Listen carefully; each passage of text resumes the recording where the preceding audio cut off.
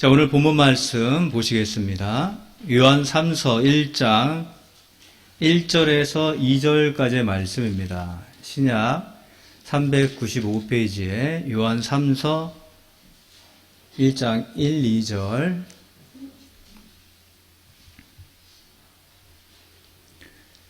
제가 읽도록 하겠습니다. 장로인 나는 사랑하는 가이요 곧 내가 참으로 사랑하는 자에게 편지하노라. 사랑하는 자여 내 영혼이 잘된 같이 내가 범사에 잘되고 강건하기를 내가 간구하노라. 아멘. 오늘 말씀은 내 영혼이 잘됨 같이라는 제목으로 전하도록 하겠습니다.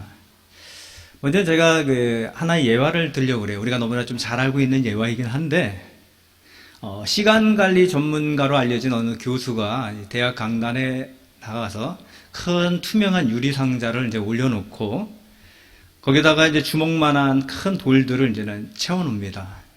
채워놓고 학생들에게 이제 물어보는 거예요. 학생 여러분, 여기에 다 찼을까요? 그러니까 학생들이 예, 그렇게 대답합니다. 그러고 나서는 이 교수가 그 돌보다는 작은 그 자갈들을 또 거기다가 채워넣습니다. 여러분, 이것이 이젠 다 찼습니까? 그러자 예라고 또 대답하죠. 그러자 이번엔 교수가 거기다가 모래를 꽉 채워놓자 모래가 그 돌과 자갈 사이사이로 이제 채워 들어가요. 그러고 나서는 또 물을 채워놓자 물들이 그 안에 가득 차서 이제는 더 이상 들어갈 수가 없게 됩니다. 그때 이제 학생에게 이제 물어보는 거예요. 여러분, 내가 무엇을 지금 보여주려고 하는 것일까요? 그러자 한 학생이 그러는 거예요. 시간관리 전문 강사다 보니까 우리에게 시간관리를 어떻게 해야 될지를 지금 알려주시는 겁니다 라고 대답했어요. 그러자 교수가 말합니다. 아니요, 난 그걸 얘기하려는 것이 아니라 큰 돌들이 먼저 들어가지 않는 이상 이것을 만약에 역순으로 반대로 작은 것부터 집어넣게 된다면 큰 돌은 나중에 들어가지 못하게 될 것입니다 라고 얘기합니다. 교수가 말대로 이걸 반대로 집어넣게 되면 큰 돌은 들어가지 않아요. 이 큰 돌이 의미하는 것은 우리의 삶에 정말 중요하다고 여기는 것들, 이런 것들을 내 삶의 우선순위로 놓고 정해놓고 그것에 초점을 맞추지 않으면은 이것이 후순위로 가는 것이 아니라 사실 우리의 삶에서 제외돼 버리는 경우가 발생된다는 것을 말하고 있는 거예요. 여러분 인생의 전반에 걸쳐서 우선순위에 두고 있는 것이 무엇이에요? 아마 그것은 중요하다고 여기는 것일 것이에요. 그럼 그 중요하다고 여기는 것이 정말 내 삶의 초점이 되고 우선순위가 되고 있는지를 돌아봐야 할 것입니다. 우리에게 가장 중요한 그것이 우선순위가 되기를 바랍니다. 세상에는 참 잘 살고 풍요롭고 넉넉한 사람들이 많아요. 그래서 건강미도 넘치는 사람들도 많고 그리고 자신의 꿈을 펼치는 것도 예전보다는 여러 가지 방법론이 다양해서 또 수월하게 접근해서 그런 꿈을 실현해가는 일도 많습니다. 제가 아시는 어떤 목사님은 이게 청소년 전문 목사님인데 청소년 전문 사역자인데 그분이 하는 이런 사역 중에는 뭐가 또 많이 주된 사역이었냐면 청소년들에게 꿈을 실현시켜 줄 수 있는 여러 가지 접근, 방법론, 동기부여 이런 것들을 일괄적으로 이렇게 처리해 주는 그래서 이제 멘토의 역할을 하는 거죠. 꿈을 어떻게 정할지 모르는 이들에게 꿈을 동기부여를 주고 또 그들이 그걸 실현할 수 있는 구체적인 방법론, 접근법들을 알려주면서 실제적으로 그들이 꿈을 실현할 수 있도록 도와줘요. 그리고 우리가 건강에 대해서도 생각해 볼 때 예전보다는 얼마나 이 건강을 우리가 돌보는 것이 수월해졌습니까? 제가 이렇게 이 주위 동네를 이렇게 보니까요. 헬스장이 참 많아요. 너무 많아가지고 이제 경쟁이 너무 치열해가지고 헬스 단가가 너무 떨어졌더라고요. 그래서 우리는 언제나 접근하려고 하면 건강을 돌보려고 그러면 조금의 수고와 조금의 시간을 들이면 이게 할 수 있는 일들. 또 이 근처에 보니까 이렇게 스포츠 클럽들도 많아요. 내가 하고 싶은 스포츠를 즐기려고 하면 여러 가지 단체, 동호회에 가입할 수 있는 동호회들이 참 주변에 있더라고요. 건강만 해도 이렇게 우리는 접근하기 쉽고 돌볼 수 있는 여러 가지 좋은 환경 속에 있습니다. 저는 제 아내하고 가끔 얘기할 때 조금 나이 든 티를 제가 좀 내요. 제가 저희 아내하고 이제 8살 차이가 나는데 제 아내가 제 어릴 때를 얘기하면 그런 때가 있었어 그래요. 그래서 제가 겨울이 딱 되면 우리 어릴 때는 참 아버지가 오면 진지를 탁 아랫목에다가 이불로 돌돌돌 말아가지고 탁 뒀는데 참 요새는 정말 다르다. 보온밥솥이 있어서 얼마나 편해.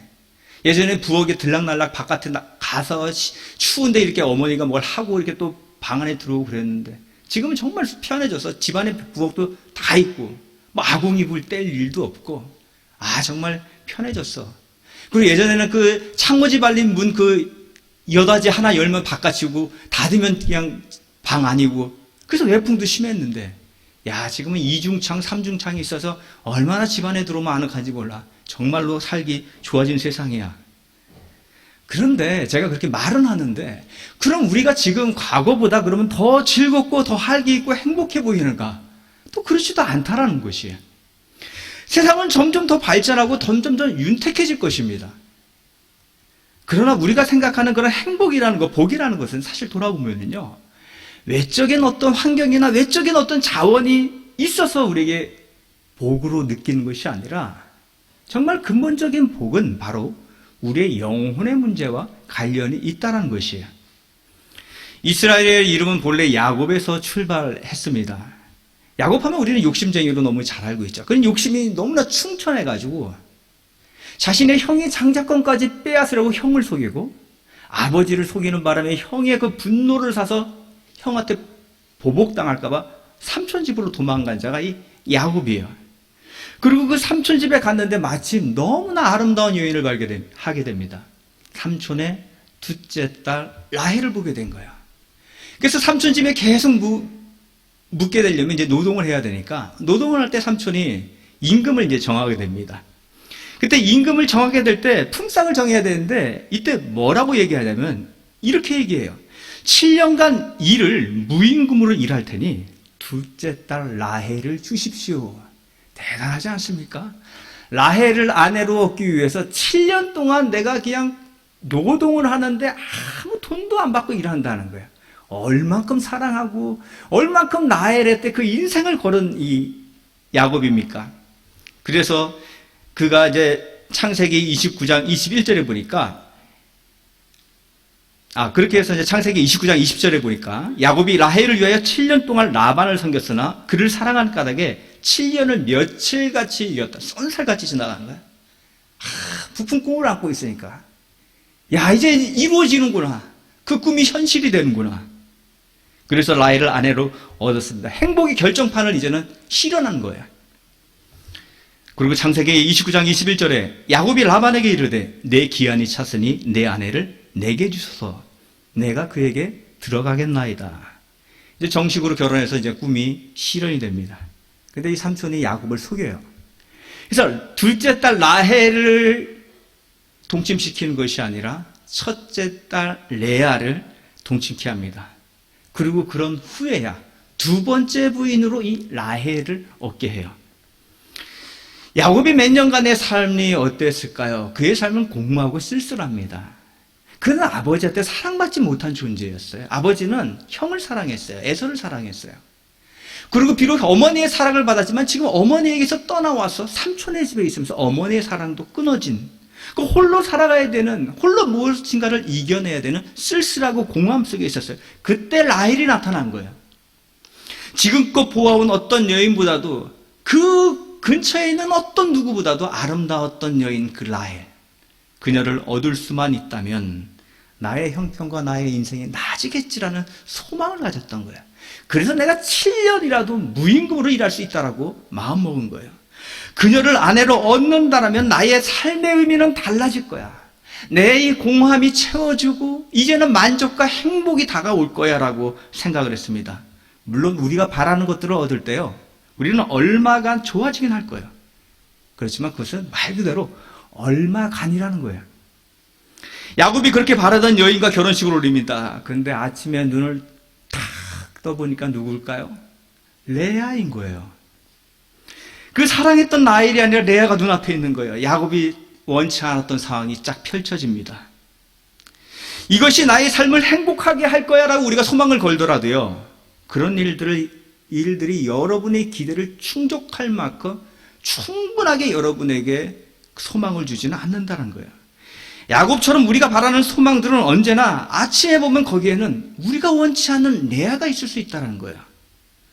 제가 레아라는 여인을 폄하해서 하는 말이 아니라 지금 이 레아는, 야곱에게 있어서 레아는 원치 않는 사람, 원치 않는 상황, 절망의 상황을 얘기하고 있는 거예요. 야곱의 둘째 부인으로 라헬을 얻지만 그렇다고 해서 그의 인생이 충분한 만족으로 이어지진 않아요. 또 그는 그 소망하는 것이 현실이 됐음에도 불구하고 또 불만족과 불평과 고달픔 속에 그 인생을 살아가게 됩니다. 원치 않는 레아는요, 우리가 소망을 두고 열심히 쫓아서 그 모든 것들, 이루는 것들 속에는 항상 레아가 깃들어 있다는 거예요. 그래서 우리는 세상의 어떤 것에도 그것만 얻는다면, 그것만 이루어진다면, 그대로만 된다면 이 말에 우리가 신앙을 절대적으로 걸 수는 없는 것이에요.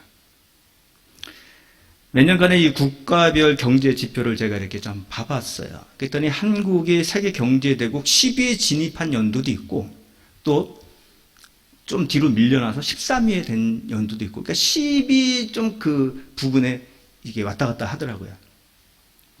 그래도 이 대단한 거 아닙니까? 이렇게까지 된 것은 잘 살아보세라는 구호 안에서 온 국민이 정말 부지런히 열심히 살았기 때문에 이룬 쾌거라고 저는 봅니다.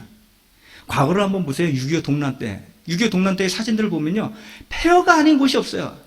큰 도시들은 다 망가져 있었어요. 기반시설들도 다 망가져 버리고요. 그랬던 대한민국이 이제는 경제성장으로 놀라운 눈부신 발전을 했다는 거예요. 그래서 그렇게 소망대로 잘 살게 되었는데, 언젠가 뉴스를 보니까요, 저출산 문제에 대한 기획 보도를 하면서 인터뷰를 하는 것을 제가 본 적이 있습니다. 그때 한 신혼부부가 나왔어요. 그때 인터뷰를 하는데 그렇게 얘기합니다. 한 명만 나오려고 합니다. 이유는요, 이 힘든 시대를 자녀들에게 물려주고 싶지 않아요. 이게 웬 말입니까? 잘 살아보세요, 잘 살아보세요. 소망을 갖고 잘 살아봤더니 이제 아이를 낳고 싶지 않아요 라고, 이 시대를 물려주고 싶지 않아요 라고 그래요. 우리가 생각하지 못했던 레아가 우리가 소망을 이루었음에도, 현실이 됐음에도 또 나타났다는 것이에요. 우리의 인생에서 이 희망이라는 것, 이것은 필요한 것입니다. 그러나 그것이 이루어진다고 만사형통은 아닙니다. 어쩌면 그런 것이 우리의 인생에 필요한 것이긴 하지만 절대적인 것은 아니라는 거예요. 부차적인 것일 수밖에 없다는 거예요. 그러니까 부차적이라는 것은 있으면 편리하고 좋지만, 잠시 좋을 수 있지만, 없다고 해서 그것이 우리에게 절대적으로 나쁘다는 것은 아니라는 거예요. 있으면 편할 수 있고, 없다고 우리의 인생을 좌지우지 못하는 것, 그것이 바로 부차적인 것입니다. 그렇다면 과연 우리는 우리의 인생에 무엇이 가장 중요하고 무엇을 우리의 중심에 둘 것인가? 절대적으로 중요한 것, 완전한 우리에게 만족이 되는 것에 우리는 소망을 둬야 하는 것이죠. 오늘 본문은 기독교인들이 많이 애정을 갖고 암송도 하는 그런 구절입니다. 오늘 본문 2절에 보니까 사랑하는 자여 내 영혼이 잘된 같이 내가 범사에 잘되고 강건하기를 내가 간구하노라. 근데 이 구절이 또 많이 오해되는 구절이기도 해요. 어떻게 오해되는가 하면은, 영혼이 잘되면 범사가 잘되고 강건해지겠구나 라고 우리가 그것을 해석하는 경우가 그렇습니다. 영혼이 잘되는 것에 치중하면서 신앙을 통해서 범사도 내 뜻대로 잘 될 것이라는 것에 우리가 초점을 맞추는 경우예요. 그러다 보니까 범사에 관련된 일을 신앙과 관련돼서만 모두 다 풀어버립니다. 근데 이 본문에서 강건하다는 것이 육체적 건강을 말하는데, 영혼이 잘 된다고 건강이 보장이 되는 것이에요? 그것과 직접적인 연관이 없을 수도 있다는 것이에요. 영혼이 잘 돼도요, 우리의 건강이 힘들 수도 있습니다. 영혼이 잘 돼도요, 우리의 일들이 힘들 수가 있다는 것이에요. 또한 이 오해되는 부분이 어떤 부분이냐면, 범사가 잘 되고 강건해진다는 것에 너무 초점을 맞추는 거예요. 그래서 그것을 자기 합리화로 범사가 잘 되는 것에 우리가 초점을 맞추고 우선시하며 살아가게 되는 경우가 있다는 것이야. 오늘 본문에서 분명히 무엇을 먼저 얘기하냐면, 내 영혼이 잘된 가치로 시작을 합니다. 지금 이 요한 3서는요, 사랑하는 가이오라는 그 성도에게 보내는 것이에요. 그 가이오 성도가 먼저 무엇이 됐다는 것입니까? 영혼이 잘 되고 있다는 전제하에서 뒤이어서 범사와 건강을 얘기하고 있다는 거예요. 먼저 우선시돼야 될 것, 바로 그것은 영혼이라는 것을 얘기하고 있는 것입니다. 그럼 도대체 잘 된다는 것이 무엇일까요? 우리는 잘 되기를 원하잖아요. 이것이든 저것이든 잘 되는 것을 원하잖아요. 잘 된다는 거 헬라어로 유오투스다이라는 단어를 써요. 이 단어는 복된 상태가 계속 유지되는 것을 얘기해요. 이 단어를 이제는 문법으로 얘기하면 신적인 수동태라는 표현이 우리나라에는 없는 말입니다. 신적 수동태. 그러니까 신으로부터 우리에게 임해지는, 우리 쪽에서는 수동적으로 받게 되는 그런 단어예요. 이 유오스다이, 잘 되다는 것이. 그러니까 잘 되게 해주시는 대상인 하나님을 명시하고 있다는 거예요. 잘 된다는 것이. 그냥 내가 무엇을 해서 내 뜻대로 되는 이것만을 얘기하는 게 아니라 그 잘됨이 하나님으로부터 오므로 내가 잘 되는 것을 딱 전제하고 있다는 거예요. 그럼 영혼이 잘 되는 것이 무엇이요? 복 주시는 하나님과의 관계를 가짐으로 주님의 뜻 위에 서는 것. 이것이 영혼이 잘 되는 것이에요. 그럼 그 뒤에 나오는 범사가 잘 되고 강건한 것은 무엇입니까? 이런 영혼이 잘된 같이 잘 되는 것. 이것이 바로 범사가 잘 되고 강건한 것을 얘기하는 것이에요. 그래서 하나님과 바른 관계를 지니고 그분의 뜻 안에서 범사와 건강이 이루어지는 것을 말하는 것이야. 자, 이것이 잘 되는 것인지 한번 보세요. 우리 자녀들이 돈을 잘 벌어요. 그럼 우리는 보통 이렇게 얘기합니다. 아이고, 재물복 받았네. 근데 이 아들이 나가가지고 전문 타짜예요. 도박꾼이에요. 한번 딱 도박을 하면 도박판을 싹 수리해가지고 와요. 그 돈이 많죠. 우리는 이것을 잘 된다고 얘기할까요? 이걸 복 받았다고 얘기할까요? 그렇지 않다는 거예요. 하나님과의 관계성에서는 이것은 완전히 분리된 것이기 때문에 우리는 그걸 잘 된다고 표현하지 못합니다. 우리 자녀가 아주 건강합니다. 그럼 우리는 이렇게 얘기해요. 아이고, 건강히 복을 받았네요. 그러나 그 건강한 육체로 범죄 행위를 하고 매일 싸움박질을 한다면 우리는 이것을 건강의 복을 받았다고 얘기합니까? 그렇지 않아요. 왜요? 하나님과 분리된 상태의 건강, 이것을 복되다고 얘기하고 잘되다고 얘기할 수 없기 때문입니다. 그렇기 때문에 잘 된다는 것은요, 하나님과의 바른 관계, 좋은 신앙 안에서 이루어지는 것, 이것을 범사에 잘되고 강건하다라고 얘기하는 것입니다. 그래서 하나님이 이끄시는 길 위에서 범사가 세워지고 육체적 건강이 세워져 나가는 것, 이것이 바로 잘 되는 것이에요. 잘 되고 계십니까? 이러한 주님의 뜻 위에 세워지는 것은요, 우리가 신앙을 지녔기 때문에 우리에게 가능한 것이에요. 신앙을 통해서 주님의 뜻을 알고 주님의 뜻을 분별해서 나간다면요, 그것이 무슨 일이든지 우리는 잘 되는 것입니다. 우리가 객관적으로 볼 때, 세상의 관점으로 볼 때는 그것이 아닌 것 같이 보이는데 그것은 잘 되는 것이에요. 한때는 이 신앙적으로 잘 되는 것을 우리가 잘못 적용을 해가지고, 야, 예수님 믿고 예배 잘 드리고 기도 열심히 하면 내가 바라는 것들이 쫙쫙 이루어질 것이라는 것을 우리는 잘 된다고 해석해서 얼마나 시험에 많이 빠졌는지 몰라요. 신앙생활 열심히 했는데 그런 것이 안 됐을 때 우리는 낙심하게 됩니다. 형들에게 노예로 팔려갔던 이 요셉이 형통이라는 단어가 요셉에게 2번 쓰입니다. 먼저는 형들에게 노예로 팔려간 보디발의 집에 있을 때 창세기 39장 2절에 이렇게 말합니다. 여호와께서 요셉과 함께 하심으로 그가 형통한 자가 되어 그의 주인 애굽 사람의 집에 있으니. 노예로 팔려간 집에 있을 때 형통이라는 단어를 써요. 잘 되고 있다고 쓰는 거예요. 잘 되고 있다고. 그리고 또 한 번은요, 요셉이 주인의 아내를 겁탈했다는 누명을 쓰고 감옥에 갔을 때 창세기 39장 23절에 간수장은 그의 손에 맡긴 것을 무엇이든지 살펴보지 아니하였으니 이는 여호와께서 요셉과 함께 하심이라. 여호와께서 그를 범사에 형통하게 하셨더라. 여러분, 요셉의 일생을 다 아시죠? 요셉의 일생에서 우리가 형통이라는 단어를 써야 된다면 어디다 쓰게 될까요? 요셉이 총리가 되었더라. 이럴 때 우리는 형통을, 야, 잘 됐네, 이랬어요. 근데 형통이라는 단어가 어디에 쓰였냐면요, 노예로 팔려가서 그 종로로 타는 노예 생활하는 그 보디발의 집에 있을 때 형통이란 말을 쓰고, 나는 잘못이 없고 나는 잘하려고 그랬는데 누명을 쓰고 감옥에 갔는데 그때 형통이라는 단어가, 잘 되고 있다는 단어가 쓰였다는 거야. 왜요? 지금 요셉이 주님이 이끄시는 선한 길, 주님의 뜻 가운데 있기 때문에 형통하다는 거야. 주님의 뜻 가운데 지금 서 있기 때문에 잘 되고 있다는 거야. 비록 그 가정이 우리의 생각과 다르고 우리에게는 고난처럼 느껴지고 내 뜻과 주님의 뜻에 갭이 있어서 이해가 안 돼서 힘들 수는 있지만 주님의 뜻 가운데 있기 때문에 이가 지금 잘 되고 있다는 거예요. 주님이 우리를 이끄시는 길은 가장 선한 길이기 때문에 그래요. 우리가 잘 되는 길은요, 우리가 주님을 바라보며 신앙을 우리의 중심에 두고 사는 길, 그것이 참 잘 사는 길이요, 형통한 길이요, 잘 되는 길이라는 거예요. 스페인 이 남동부에 위치한 알리칸테 주가 있습니다. 이 알리칸테 주를 제가 이렇게 인터넷을 찾아보니까 요 주가 이 지중해를 이렇게 끼고 있어요. 바다를 끼고 있어요. 그러니까 관광 도시로 굉장히 각광을 받는 도시 중에 이제 한 군데예요. 그러니까 막 관광 상품들이 막 이 도시를 경유한 관광 상품들이 많이 있더라고요. 그만큼 경관이 굉장히 아름다워요.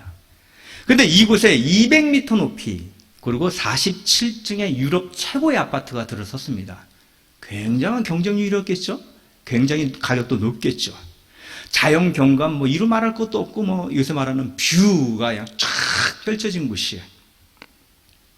한마디로 누구나 갖고 싶어 하는 그런 아파트입니다. 근데 이 아파트가 본래 20층짜리 계획 아래서 지어졌던 아파트예요. 근데 짓다 보니까 안 되겠다. 더 짓자. 해서 47층까지 이제는 증축을 하게 돼. 설계를 변경해서 그렇게 증축을 하게 됩니다. 근데 그렇게 47층까지 증축을 해서 다 짓고 완공이 될 때 하나의 사실을 알게 됐어요. 21층 증축한 데부터 시작해서 47층까지 엘리베이터를 설치를 안 하는 거야. 저는 이거 딱 들으면서 충격받았어요. 야, 이제 배달 어떻게 시켜 먹냐? 누가 여기에 택배를 보내줄 거야? 어떻게 출근했다가 올 때 퇴근해서 올라올 거야? 엘리베이터 없다는 사실을 알 때 이미 완공 단계가 이르렀다는 거예요. 내부에 엘리베이터를 설치하는 건 불가능한데, 뭐 건물 다 안에 내부 다 지었는데 그걸 어떻게 뚫어요? 그래서 혹평이 막 쏟아진 거야. 본래의 디자인과 다르게 건물의 미적 아름다움을 완전히 떨어뜨린 아파트다. 혹평이 쏟아졌습니다. 엘리베이터가 없는 초고층 아파트. 화려한들 뭐 하겠습니까? 뷰가 멋진들 뭐 하겠어요? 누가 거기 올라가서 그 뷰를 보고 있겠어요? 끔찍한 거죠. 엘리베이터가 없다는 사실은요, 이 초고층 아파트라는 그 건물의 탁월성을 완전히 그냥 무너뜨리는 치명적인 결정 요소로 오히려 만들어버렸어요. 아파트가 높고 뷰가 아름답다는 게 최고의 어떤 메리트인데 오히려 그 메리트를 완전히 반전시켜버린 거예요. 큰일 났네. 이처럼 우리 인생에도요, 결코 빼놓을 수 없는 결정적인 요소가 있다는 거예요. 이 요소가 빠지거나 이 요소가 뒤늦게 갖춰진다면 우리의 인생에 대단한 성과를 이룬다고 할지라도, 우리의 인생에 정말 남들이 칭찬할 만한 멋진 것을, 뿌듯한 것을 이룬다 할지라도 이 요소가 빠지면요, 그 인생은 헛수고의 인생이고 그 인생은 손실된 인생이 되는 것입니다. 우리 인생에서 가장 중요한 설계도 그건 무엇입니까? 하나님의 뜻 가운데 서 있는가? 우리가 그것을 분별할 수 있는 신앙 안에 우리의 중심이 있는가라는 것이에요. 그것이 없는 우리의 세상의 어떤 무엇, 그것을 우리가 주님 앞에 딱 갔을 때 과연 무엇이라고 말할 수 있어요? 잘 살았다 말할 수 있을까요? 없다라는 것이에요. 신앙의 터 위에 세워진 인생만이 우리의 인생을 가치 있게 만들고 의미 있게 만든다는 것입니다. 마태복음 19장에 보면요, 재물 많은 청년의 이야기가 나와요. 이 청년이 예수님께 와서 영생 얻기를 구합니다. 딴에는 열심히 무엇인가를 살았어요. 지킬 것을 잘 지켜냈어요. 그래서 자신은 좀 더 무엇인가를 지키면 구원을 얻을 것이라고 여기고 예수님께 나온 거예요. 그 예수님은 그가 열심히 계명을 지킨 것을 칭찬합니다. 그러면서 그에게 말하길, 내 소유를 팔아서 가난한 자들에게 나누어 주라라고 요구하세요. 그러다 이 청년이 마태복음 19장 22절에 그 청년이 재물이 많음으로 이 말씀을 듣고 근심하며가 아니라, 청년의 마음에는 주님의 중심보다, 그 신앙보다는 범사의 것들이 더 큰 거예요. 그러니까 이것을 못 내려놓고 신앙을 못 잡은 거예요. 주님의 요구를 듣고 따른 것이 너무 힘든 것이죠. 그래서 떠나버린 거죠. 꼭 재물이 많은 사람만이, 사업을 크게 하는 사람만이 범사를 중심에 둘까요? 아니요. 베드로가 주님을 따를 때 그물을 버려두고 왔습니다. 아유, 그 그물 뭐 얼마나 한다고 라고 우리 여길 수 있겠지만 베드로에게는 전부였던 것을 포기하고 따랐다는 것이에요. 객관적으로 그것이 적게 보일지라도 내가 무엇인가에 집착하고 그것을 내 중심에 두고 있다면 우리는 신앙보다는 범사를 우리의 중심에 두고 사는 삶이 된다는 거야. 신앙이 우리의 중심에 있지 못하면요, 이처럼 범사가 우리를 끌고 가게 된다는 것입니다. 이 스킨스쿠버 하는 물속에 풍덩 들어가지고 막 물속에서 잠수하고 오랫동안 이렇게 유영하는 그런 사람들, 스쿠버 다이버라고 하죠. 그 사람들이 물속에 들어가면 어느 지점에 이르면요, 이 무중력 상태가 되는 지점이 있다라고 그래요. 그 지점에 가면은 우리가 왜 외부에서 물속으로 들어오는 빛들이 있잖아요. 그 빛들이 흩어지기 시작한다고 합니다. 그러면 이제 방향 감각을 잃어버린대요. 그러니까 우리가 우주에 나가면, 우리 나가보진 않았지만 우주에 나가면 그렇잖아요. 여기가 땅이 있고 하늘이 있으니까 위가 있고 아래가 있고 뭐 해가 떠 있으니까 저기가 동이고 저기가 서가 분별이 되잖아요. 근데 우주에 나가면 이제 그것이 싹 없어져요. 위가 없어져요. 땅이 없으니까 위가 없고 아래가 없어요. 동이 없고 서가 없어요. 내가 똑바로 쓴 건지 거꾸로 쓴 건지 이 구분이 없어지는 거야. 지금 이 스쿠버가 물속에 들어갔을 때 상태가 그 상태가 이르는 지점이 있다고 그래요. 위치를 판단할 수 있는 것이 아무것도 없는 거예요. 그때 단 하나가 있어요. 위치를 판단할 수 있는 방법. 바로 물방울을 보는 것이랍니다. 물방울을 위로 뽀록뽀록뽀록 올라가기 때문에 물방울을 보면 위가 어느 지점이다 하는 것이 분별이 돼서 그 위를 향해서 가게 된다는 거예요. 물방울 외에는 아무것도 길을 알려주지 못한다고 합니다. 우리에게도 오직 주님을 바라보는 것, 그렇게 하고 신앙생활하는 것, 그것이 우리를 온전한 길로 인도한다는 거예요. 주님만이 우리의 유일한 선하신 분이고 온전한 길이시기 때문입니다. 세상은 정말 많이 발전했어요. 지금도 또 발전하고 또 발전하고 발전해서 이 우주만환경이라는 게 우주를 들여다보잖아요. 그 우주를 들여다보는 게 참으로 발전해가지고 우리가 있는 곳을 태양계와 같은 것들이 또 수억 개가 있는 것이 은하계, 우리 은하 이렇게 표현해요.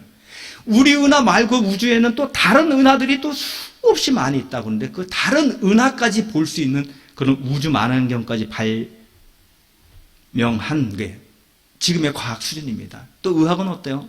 저희 아내 저번에 수술하는 걸 보니까 모든 수술이 그렇지는 않지만 이 구멍을 갖다 배를 이렇게 찢는 게 아니라 구멍을 몇 군데 똑똑똑 뚫어가지고 거기다 관을 집어넣어가지고 영상을 보면서 그 관 안에서 무슨 도구가 있는가 그걸로 뭔가 이렇게 절단해내고 그렇게 해서 수술을 하는 것을 봤습니다. 얼마나 많이 발전했습니까? 그렇게 문명이 발전한다고 해서 이 문명들이 우리의 인생의 방향을 결정해 줄까요? 알려줄까요? 전혀 그렇지 않다라는 거예요. 그러다 보니까요, 세상 사람들이 열망하는 많은 것을 소유하는 삶으로 우리도 모르게 그것을 쫓아가는 것을 잘 사는 걸로 착각하게 됩니다. 높은 권력을 차지하는 삶이 성공하는 것이요, 잘 사는 것으로 우리는 착각하고 그것을 향해 달려간다는 거예요. 그러나 정작 우리가 가야 할 길, 우리가 잘 사는 길이 어떤 것인지를 그러다 보면 놓치게 된다는 거예요. 범사는 중요합니다.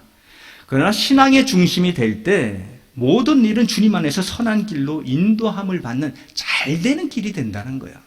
신앙을 놓친 우리의 범사의 최선, 그것은 실질적으로 잘 되는 길로 풀린다고 우리가 장담할 수 없다는 것입니다.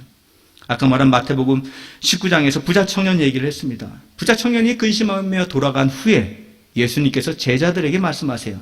부자가 천국에 들어가는 것이 낙타가 바늘 위에 들어가는 것보다 어렵다라고 말씀하세요.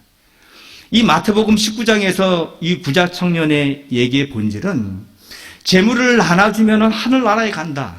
가난하면 부자보다 하늘나라에 가기 쉽다라는 말의 의미가 아닙니다. 주님의 말뜻은 엄밀하게 말하면 부자가 재산을 다 팔아서 가난하게 준다 해도 구원에 이르는 것이 아니다라는 것이에요. 그래서 구원에 이르는 것이라면 지금 모든 것을 버리고 예수님을 따랐던 제자들은 모두 천국에 이르렀다는 얘기가 됩니다. 그러나 그들 모두가 어디서 막혀버립니까? 예수님의 십자가의 자리에서 다 등을 돌려버려요. 예수님을 쫓아가지 못했다는 거예요. 그래서 25절에 제자들이 예수께 말씀하십니다. 그렇다면 누가 구원을 얻을 수 있으리까? 그자 주님이 마태복음 19장 26절에 예수께서 그들을 보시며 이르시되 사람으로서는 할 수 없으나 하나님으로서는 다 하실 수 있느니라. 제자들이 언제 구원에 이르렀다고 확신할 수 있어요? 성령 하나님이 그들에게 임함으로 말미암아 가능했던 거예요. 주님은 우리의 어떠한 노력에도 어떠한 행위로도 구원을 얻을 수 있다라고 얘기하지 않습니다. 우리가 가지고 있는 신앙은요, 그래서 우리의 노력과 우리의 어떤 선택으로 이루어진 것이 아니라 우리가 선택한 것처럼 겉으로는 보이지만 주님의 은혜가 우리 안에 임함으로 말미암아 우리가 신앙을 갖게 되고 주님을 선택하며 주님을 높이는 예배의 자리까지 나오게 됐다는 것이에요. 그래서 우리는 이것을 뭐라고 얘기합니까? 은혜로다. 내가 선택할 수 있는 길이 아니라 주님으로 말미암아 우리에게 주시는 감동을 따라 선택했으니 이것이 은혜로다라고 말하는 것이죠. 우리의 능력으로 누구도 선택할 수 없기에 주님이 친히 오셔서 선물로 주신 그것이 바로 믿음이요 신앙인 것입니다. 이것을 거저받았다고 이것이 싸구려라서가 아니라 우리로서는 도저히 얻을 수 없는 것이기에, 거저 주시지 않으면 안 되는 것이기에 주님은 귀한 것을 주신 것이라는 거야. 우리들 중에 혹시라도 내가 남달라서 예수를 믿게 된 것이 아닌가라고 생각하는 사람들이 있다면, 성도들이 있다면 우리의 단 1%의 어떤 노력과 행위도 주님이 그 은혜에 참여될 수가 없다는 것이에요. 하나님은 과거 이스라엘을 구원하시고 또 그들의 구원을 완성하기까지 그들과 항상 동행하셨어요. 그러나 이스라엘의 모습이 성경에서 보여준 대로 항상 하나님의 뜻을 저버리고 하나님을 등지는 삶을 그들은 계속해서 살았습니다. 그럼에도 불구하고 하나님께서 계속 보여주신 것은 끊임없이 그들에게 은혜를 베푸시고 그들을 돌이키기 위해서 그들에게 다가가셨다는 것이에요. 한 번 택한 자녀를 놓지 않으시는 것, 바로 이것이 주님의 속성, 사랑의 속성이기 때문입니다. 우리가 신앙을 갖게 된 것도 은혜지만 우리가 예배의 자리에 오게 된 것도 은혜고요, 우리가 말씀을 보게 되는 것도 은혜고요, 때로는 문제 가운데서, 힘든 가운데서 우리가 주님께 기도하러 나오게 된 것도 은혜예요. 문제가 없었다면 기도했었을까? 내 마음이 공허하지 않았다면 말씀을 들었을까? 내가 위로받기를 원하지 않았다면 예배의 자리에 나올 수 있었을까? 이 모든 것이 우리가 알지 못하는 많은 장치들을 통해서 우리를 주님께로 이끌어가는 주님의 은혜요, 우리에게 주신 그 주님의 은혜의 선물인 신앙으로 말미암아 가능하게 되었다는 것입니다. 세상의 일들 속에 파묻힐 수밖에 없는 우리를 부르시고 신앙을 주시고 신앙을 통해서 우리의 모든 일들, 범사까지 주님의 뜻 가운데에서 세우게 하심으로 우리의 일들이 주님 안에서 가치 있고 의미 있게 하신 그 주님의 은혜가 우리의 삶 곳곳에 임하기를 간절히 바랍니다. 기도드리겠습니다. 참 좋으신 하나님 아버지, 감사합니다. 우리의 삶 속에서 우리가 바라는 것, 우리가 얻고자 하는 것으로 우리의 삶이 나아지는 것이 아니라 진정으로 우리의 삶의 가장 중요한 요소, 우리에게 주신 믿음의 선물을 우리가 간직하며 온전한 신앙생활을 할 수 있도록 도와주시옵소서. 그래 우리에게 있는, 우리가 맡은 모든 범사까지도 주님의 뜻 가운데서 의미와 가치를 갖는 귀한 것들이 될 수 있도록 인도하여 주시옵소서. 예수님의 이름으로 기도드립니다. 아멘.